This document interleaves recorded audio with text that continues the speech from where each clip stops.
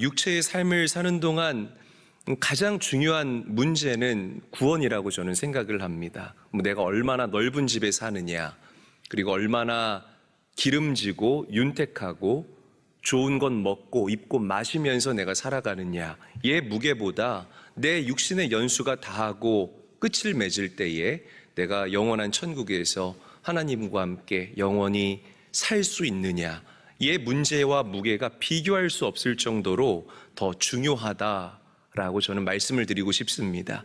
그런데 인간의 구원의 문제를 얘기할 때에 가장 큰 걸림돌이 되는 것이 바로 죄의 문제예요. 죄가 하나님과 인간 사이를 갈라놓았고 하나님과 인간 사이에 막 그 담을 세우게 됐다라는 거죠. 여러분들이 겪고 경험하는 모든 죄와 저주와 고통의 문제가 어디에서부터 시작이 됐느냐? 우리 사람의 죄에서부터 시작이 됐다라는 것입니다. 그래서 성경 로마서는 우리 인간의 현 주소에 대해서 명확하게 이야기를 하고 있어요.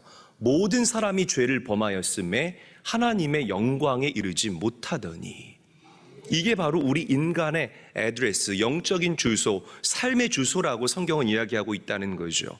자, 우리가 이 죄의 문제를 해결해야 되잖아요. 그런데 이 죄의 문제를 해결하기 위해서 세상은 저와 여러분들에게 율법이라는 것을 제시합니다. 율법이라는 것은 내 노력과 내 공로로 이 죄의 문제를 씻을 수 있다라고 주장하는 거예요.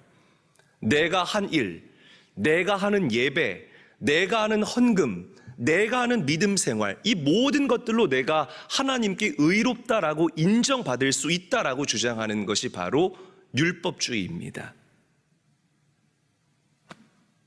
내 노력과 내 공로로 말미암아 내가 하나님과 올바른 관계를 맺을 수 있다라고 이야기하는 것이죠. 자, 그런데 성경은 이와 반대로 저와 여러분들에게 믿음의 길을 제시를 하고 있습니다. 하나님의 말씀인 성경은 우리에게 명확하게 이야기를 해요. 우리 인간의 힘과 능력으로는 도저히 죄의 문제를 해결할 수가 없다. 그래서 하나님께서 이 죄와 율법의 저주를 우리에게서부터 해결하시고 완벽하게 해소시켜 주시기 위해서 당신의 아들 예수 그리스도를 이 땅에 보내셨고, 그분에게 여러분들의 모든 죄와 저주를 담당시키시고 십자가에서 죽게 하시고 다시 살게 하셨다. 누구든지 이 예수 그리스도를 내 인생의 주로 믿고 영접하고 시인하면 구원을 얻는다. 할렐루야. 이게 바로 성경이 저와 여러분들에게 얘기하는 복음, 믿음의 길이라는 거죠. 여러분, 다시 한번 강조하지만 율법은 우리 성도님들을 구원하기 위한 하나님의 도구와 제도적 장치가 아니라는 거죠. 기억하셔야 됩니다. 율법은요, 우리의 죄가 무엇인지를 가르치고 우리에게 알려주는 기능과 역할을 한다라는 거죠. 십계명 알죠? 대표적인 율법 중에 율법 아닙니까? 나 외에 다른 신을 섬기지 말라, 우상을 만들지 말라, 하나님의 이름을 망령되이 일컫지 말라, 안식일을 거룩하게 지켜라, 내 부모를 공경하라, 살인하지 말라, 간음하지 말라, 도둑질하라, 뭐 이런 식으로 계속 쭉쭉쭉쭉 하지 말라는 것들을, 또 하라는 것들을 우리에게 가이드해 주고 있다라는 거예요. 자, 그런데 문제는 이 율법을 100% 다 지킬 수 있는 사람이 없다라는 겁니다. 이 10가지의 계명조차도 완벽하게 지키는 사람이 없는데 그 무수히 많은 수백 수천 가지 율법들을 여러분들이 어떻게 다 지키면서 살아갈 수 있겠느냐라는 거죠. 근데 문제는 이 율법이 우리에게 죄가 무엇인지 알려주는 기능과 목적을 하는데요, 이 율법에 매어 살아가지 않습니까? 그러면 그 사람은 계속해서 율법의 참소에 걸려 넘어지게 됩니다. 자, 그런데 성경을 보면 하나님께서는 율법에 매어져 있는 우리 인생을 향하여서 놀라운 해답을 허락하십니다. 갈라디아서 3장 13절 말씀 함께 읽어보도록 하죠. 함께 읽습니다. 시작. 그리스도께서 우리를 위하여 저주를 받은 바 되사 율법의 저주에서 우리를 속량하셨으니 기록된 바 나무에 달린 자마다 저주 아래에 있는 자라 하였습니다. 아멘. 예수님이 십자가 곧 나무에 달려서 나 대신 죽으신 이유가 무엇입니까? 저와 여러분들을 율법의 속박과 율법의 정죄에서부터 자유케 하시기 위하여서 예수님이 나 대신 십자가에 달려 죽으셨다라는 사실을 믿으시기를 바랍니다. 그래서 예수님이 우리 인생의 정답이라는 거예요. 큰 소리로 아멘. 그래서 예수님의 십자가가 모든 죄와 저주에서부터 우리를 자유할 수 있게 하시는 하나님의 능력이 된다라는 사실을 믿으시기를 바랍니다. 이 로마 시대의 십자가의 형벌은요, 굉장히 극악무도한 죄인을 잡아 죽이는 아주 최악의 형벌 중에 하나였습니다. 그러니까 십자가에 달려 죽이는 이유가 뭐냐면 저 사람은 땅에 묻어 죽일 필요조차 없는 사람입니다. 저 사람은 이런 죄를 저질렀습니다. 여러분 한번 보십시오. 그 사람을 정말 죽을 때까지 치욕스럽게 만드는 그 형벌이 바로 십자가의 형벌이었습니다. 얼마나 고통스럽겠습니까? 생각을 해보세요. 상상이 안 갈 거예요. 십자가에 손을 못 박혔다라고 성경은 이야기를 하는데, 여러분 손바닥에다가 못을 박는 게 아니에요. 손바닥에다 못을 박으면 이렇게 못을 박아서 십자가를 세우지 않습니까? 그럼 사람의 무게 때문에 이 못이 손을 찢고 쭉 하고 빠져나가요. 그러니까 손이 다 찢어진 너덜너덜해진다는 거죠. 그래서 이 사람을 단단하게 고정하기 위해서 여러분 손목 보시면 이 뼈가 두 갈래로 나눠져 있을 겁니다. 한번 만져보세요. 요 사이에다가 이 못을 박는 거예요. 그러면 이 사람을 십자가를 세웠을 때에 못이 이 손목과 이 뼈 사이에 탁 걸리게 되면서 사람이 십자가 위에 단단하게 고정이 되는 겁니다. 발에다가 못을 박을 때도 복숭아 뼈와 그 발목 사이에 보면 파인 홈이 있을 거예요. 거기에다가 못을 박는 거예요. 그래서 이 사람을 단단하게 고정하는 거죠. 근데 문제는 이 사람이 숨을 쉬기 위해서는 필연적으로 몸을 들썩거릴 수밖에 없잖아요. 그럴 때마다 이 사지에서부터 전해오는 극심한 고통 때문에 사람이 괴로워서 견딜 수가 없다고 합니다. 어떻게 몸부림을 안 쳐요? 근데 몸부림을 쳤다 하면 어떻게 돼요? 막 이 내 말초신경을 때리는 고통이 막 나를 지배하는 거예요. 고통을 참을 수 없어서 기절하다가 또 다시 정신이 번쩍 들었다가 또 기절했다가 정신이 번쩍 들었다가 그렇게 피를 줄줄줄줄줄 막 물을 줄줄줄줄 쏟다가 말라 죽어가거나 기절하거나 아니면 그 자리에서 고통을 이기지 못하고 죽는 형벌이 바로 십자가의 형벌이라는 거죠. 여러분, 예수님이, 죄가 없으신 그 예수님이, 하나님 본체이신 그 예수님이 여러분들을 그 율법의 저주와 율법의 참소에서부터 구원하시기 위해서 나 대신 십자가에 달려 죽으셨다라는 겁니다. 할렐루야. 내가 당해야 할 저주, 내가 율법을 지키지 못해서 당해야 할 그 저주를 예수님께서 나 대신의 십자가에서 대신 담당하셨음을 믿고 감사하시기를 바라요. 그래서 우리가 자유하게 된 겁니다. 아멘. 자, 성경을 보게 되면 이 십자가의 놀라운 사건, 이미 예수님께서 이 땅에 오시기 약 700년 전에 이사야 선지자의 입술을 통하여서 하나님이 이 땅에 예언하십니다. 그러니까 이 예수님의 십자가 사건은 그때 일어난 어떤 일회적인 사건이 아니라 이미 하나님께서 여러분들을 사랑하시되 너무나 사랑하시고 끝까지 사랑하셔서 하나님께서 계획해 놓으신 하나님의 계획이요 하나님의 놀라운 섭리였다라는 거죠. 자, 우리 이사야서 53장 5절에서부터 6절 말씀 의미를 생각하면서 함께 한 목소리로 읽겠습니다. 시작. 그가 찔림은 우리의 허물 때문이요 그가 상함은 우리의 죄악 때문이라. 그가 징계를 받음으로 우리는 평화를 누리고 그가 채찍에 맞음으로 우리는 나음을 받았도다. 우리는 다 양 같아서 그릇 행하여 각기 제 길로 갔거늘 여호와께서는 우리 모두의 죄악을 그에게 담당시키셨도다. 아멘. 여러분, 진짜 십자가의 은혜가 여러분들 안에 있다면 이 말씀이 여러분들에게 감사함으로 그리고 절절한 기쁨으로 다가와야 할 줄로 믿으시기를 바랍니다. 이사야서는 분명하게 이야기를 해요. 내 허물 때문에, 내 죄악 때문에 하나님께서, 예수님께서 십자가에 달려 죽으시고 우리는 나음을 입게 됐다. 그리고 우리의 모든 죄악을 그에게 담당시켰다라고 성경은 명확하게 증거하고 있다라는 겁니다. 사랑하는 제일교회 성도 여러분, 그래서 여러분들에게 중요한 게 뭐냐면 믿음이 중요한 거예요. 아멘.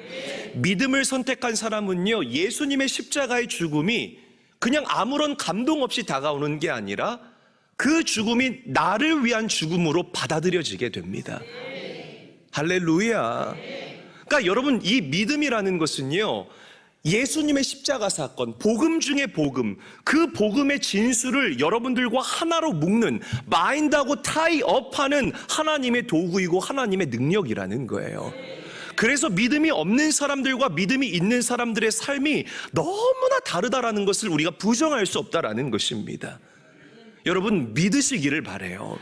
무엇을? 예수님의 십자가 사건이 나를 위한 사건이라는 것을, 예수님의 십자가의 죽음이 나를 위한 죽음이라는 것을 믿고 고백하고 시인하기만 하면 여러분들에게 임하는 그 모든 율법의 저주가 예수님에게로 옮겨간다라는 사실을 믿으시기를 바랍니다. 이게 십자가의 비밀입니다. 할렐루야. 이게 여러분들을 정말 자유하게 하는, 마귀가 참소해도 우리는 끄떡 없고 마귀가 정죄해도 끄떡 없고 죄의식 속에 파묻혀 살아가지 않게 하는 하나님의 방법이라는 사실을 믿으시기를 바라요. 은혜 받은 사람들 약 먹은 것 같잖아요. 너무 뻔뻔하잖아요. 맞아요? 아니에요? 너무 뻔뻔하지 않습니까? 막 죄를 지었는데도 뻔뻔하게 하나님 저 왔어요. 네, 저에게 은혜 주세요. 이게 자유한 사람들의 특징이라는 거죠. 할렐루야. 어떻게? 그분의 십자가의 은혜로 말미암아. 혹시 마음에 나는 왜 이렇게 재수가 없을까? 나는 왜 이렇게 마음에 평안함이 없을까? 나는 왜 이렇게 손대는 것마다 난 똥손인가? 왜 이렇게 손대는 것마다 다 이렇게 되는 일이 하나도 없을까? 왜 이렇게 요즘 짜증이 날까? 이런 패배의식과 어둠과 율법이 주는 그 저주에 묶여 살아가는 성도님들이 계신다면 오늘 여러분들의 마음과 생각을 바꾸시고 믿음의 길을 온전하게 선택할 수 있게 되시기를 예수님의 이름으로 간절히 축원합니다. 간절히 축원합니다. 예수님을 내 인생의 구원자로 믿고 그분이 내가 당할 율법의 저주를 대신 담당하셨다라는 이 진리를 입술로 시인하시면서 고백하시라는 거예요. 그럴 때 자유함을 누리게 됩니다. 자, 그러면 하나 질문 드려볼게요. 율법의 행위가 쉬울까요? 아니면 믿음이 쉬울까요? 대답해 보세요. 하나, 둘, 셋. 그럴 줄 알았어요, 저는. 여러분들이 믿음 이야기할 줄 알았는데요. 그렇지 않습니다. 대부분의 사람들이 믿는다고 입술로 고백은 하지만 율법의 길을 선택하는 사람들이 굉장히 많아요. 왜냐하면 사람들 마음 안에는 이 공로사상이라는 것이 자리하고 있기 때문이라는 거죠. 공로사상이 뭐냐면 내가 했다라고 생각하는 게 공로사상인 거예요. 그러니까 영적인 영역도 자꾸만 내가 했다라고 생각을 하는 겁니다. 내가 내 시간 들여서 하나님을 위해서 일을 하고 내 물질들을, 사실 그 육신의 연수 하나님이 여러분들에게 허락하신 것이고 물질 하나님께서 여러분들에게 허락하시는데 그 주인의 자리를 자꾸만 바꾸는 거예요. 그러면서 내가 했다라고 생각해요.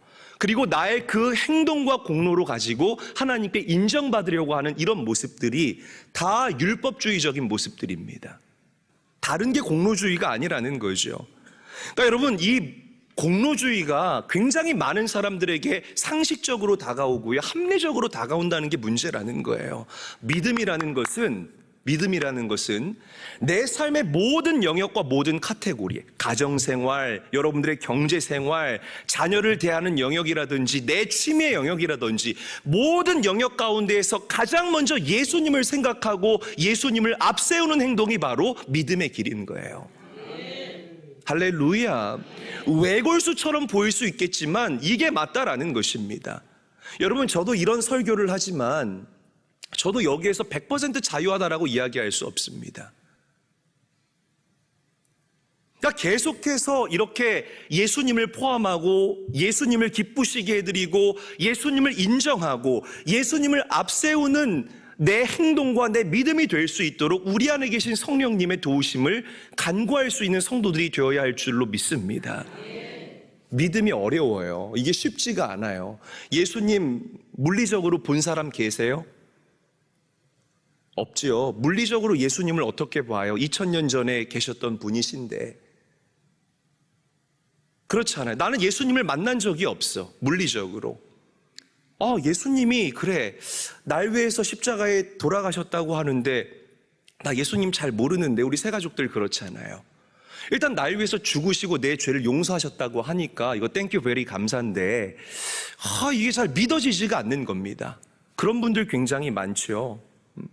어렵다라는 거예요. 이 믿음의 세계가요, 그냥 되는 것이 아니라는 거죠. 그러니까 많은 사람들이 조금 더 합리적이고 조금 이해하기 쉬운, 내 혼의 영역으로 이해하기 쉬운 이 율법의 길을 자꾸만 따라가려고 한다라는 거죠. 갈라디아 교회 성도들이 그랬어요. 그래서 사도 바울이 갈라디아 교회 성도들을 바라보니까 이 안에서 천불이 나기 시작하는 겁니다. 그래서 갈라디아 교회 성도들을 책망합니다. 아니, 나는 죽고 예수의 생명으로 산다는 여러분들이 어떻게 그렇게 자신의 공로를 드러내며 살아가려고 합니까? 사도 바울이 책망했다라는 거죠. 여러분, 교회의 역사가 오래되면 오래될수록 이렇게 믿음보다는 공로의식이 교회를 끌어갈 수가 있습니다. 기억하셔야 돼요. 그러니까 마치 이런 마음인 거예요. 내가 이 교회 어떻게 했는데, 내가 이 교회 한 헌금이 얼만데, 내가 이 교회에서 헌신하고 지내온 세월이 얼마나 되는데, 그러니까 마치 교회의 지분을 내가 가지고 있다라고 생각하는 것, 이게 여러분 공로의식인 겁니다. 너무나 위험한 생각이에요. 사랑하는 제일교회 성도 여러분, 교회의 주인은 예수님이십니다. 할렐루야. 이 교회론이 여러분들에게 정리되고 정렬되지 않으면 자꾸만 이 사람이 교회에 왕노릇하게 되고 자꾸만 사람이 예수님보다 앞서가게 되는 이런 영적 오류들이 교회에서 일어나게 됩니다. 내가 어떻게 했는데, 나 이 교회 장로야, 이 교회 100년 된 교회인데 내가 이 교회 장로야, 우리 아버지도 장로였어. 이게 뭐가 중요하냐 이 말이에요. 예수님이 주인 되시는 것 외에 우리 인생에 그 어떤 것도 앞서갈 수 없고 중요한 것이 없다라는 사실을 우리 성도님들이 명심하셨으면 좋겠습니다. 여러분, 다시 한번 우리 사랑하는 제일교회 성도님들에게 권면드립니다. 항상 여러분들 삶의 영역에서 예수님을 앞세우시고 예수님을 포함하시고 내가 과연 이런 결정을 할 때에 예수님께서 기뻐하실까? What would Jesus do? 예수님이라면 어떻게 하실까를 항상 생각하시면서 결정하고 행동할 수 있는 진짜 믿음의 사람, 입으로만 아멘 아멘 하는 사람이 아니라 진짜 믿음의 결단과 선택을 할 수 있는 참 믿음의 사람으로 빚어져 가시게 되시기를 주님의 이름으로 간절히 축원합니다. 그럴 때 하나님의 영광이 여러분들을 물이 바다덮음같이 뒤덮게 되는 기가 막힌 역사가 일어날 거예요. 자, 사도 바울은 그래서 한 사람을 저와 여러분들에게 소개합니다. 이 말씀이요, 정말 저에게는 큰 위로가 된 말씀인데, 믿음으로 의롭담 받은 사람, 그리고 믿음으로 복받은 사람을 저와 여러분들에게 소개해요. 다시 강조합니다. 사도 바울은 믿음으로 의롭담 받은 사람, 그리고 믿음으로 복받은 사람을 저와 여러분들에게 소개합니다. 그 사람이 누구예요? 바로 아브라함이라는 거죠. 저와 여러분들이 알다시피 아브라함은 믿음의 조상이었습니다. 그의 나이 100세가 되어서 남자로서의 모든 성적 기능이 다 마비가 되었고, 내 안에 살아도요, 자궁이 폐경이 돼가지고 다 자궁문을 닫은 거예요. 그러니까 생물학적으로 볼 때에 아이를 가질 수 없는 그런 상황임에도 불구하고 아브라함은요, 하나님의 약속을 더 신뢰하고 붙잡았다는 겁니다. 팩트는 뭐예요? 우리 가정과 가문은 아이를 생산할 수 없다는 것이 바로 아브라함의 필드이고 아브라함의 팩트라는 거죠. 그런데 아브라함은 그 문제와 현상에 집중한 것이 아니라, 아브라함아, 내가 너의 후손을 저 하늘의 별과 같이 또 땅의 모래알과 같이 왕성하게 하겠다라는 그 하나님의 약속을 신뢰했다라는 겁니다. 아멘. 이게 아브라함의 믿음이었다라는 거예요. 하나님께서 이 아브라함의 믿음을 보고 감동하십니다. 그리고 아브라함에게 그 믿음으로 말미암아 의롭다라고 칭찬을 하셨다라는 거고 인정을 하셨다라는 것이에요. 할렐루야, 할렐루야. 그리고 아브라함에게 굉장히 중요한 약속을 합니다. 갈라디아서 3장 7절 말씀 함께 한번 읽어보도록 하죠. 한 목소리로 읽습니다. 시작. 그런즉 믿음으로 말미암은 자들은 아브라함의 자손인 줄 알지어다. 그래요. 믿음으로 말미암은 자들, 즉 율법의 길이 아니라 믿음의 길을 선택하는 사람들은 다 아브라함의 자손이라는 것입니다. 여러분, 이 말씀이요, 정말 기가 막힌 말씀이에요. 아브라함 집안 사람이라는 거죠. 믿음의 길을 선택한 여러분들, 아멘이 안 되세요? 기쁘지 않으십니까, 여러분? 응? 아브라함 집안 사람. 그러니까 우리가 보통 이 재벌집들을 부를 때 뭐 삼성가, 현대가 사람들 이렇게 부르잖아요. 이 재벌가들은 이 대를 지나도요, 그 재벌들이 가지고 있는 물질과 그들의 명예와 그리고 이 모든 좋은 것들이 계속해서 계승되어지는 특징을 가지고 있다는 겁니다.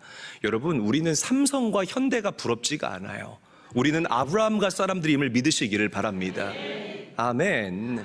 하나님께서 아브라함에게 주신 약속, 그 약속이 여러분들의 약속이 되고, 어떻게 하면? 우리가 믿으면. 하나님께서 아브라함에게 주신 그 축복이 누구의 축복이 됩니까? 나의 축복이 되는 놀라운 역사가, 그 놀라운 영적인 신분의 변화가 우리에게 하나님의 선물로 주어지게 된다는 것이에요. 가슴에 손을 얹고 저를 한번 따라할까요? 나는 기쁘게, 최대한 안 기뻐도 기쁜 척 하면서, 나는 아브라함과 사람입니다. 아브라함과 사람입니다. 다시 한번, 나는 아브라함 집안 사람입니다. 아브라함 집안 사람입니다. 옆 사람과도 인사해요. 부럽네요, 아브라함 집안 사람이라니. 인사하겠습니다.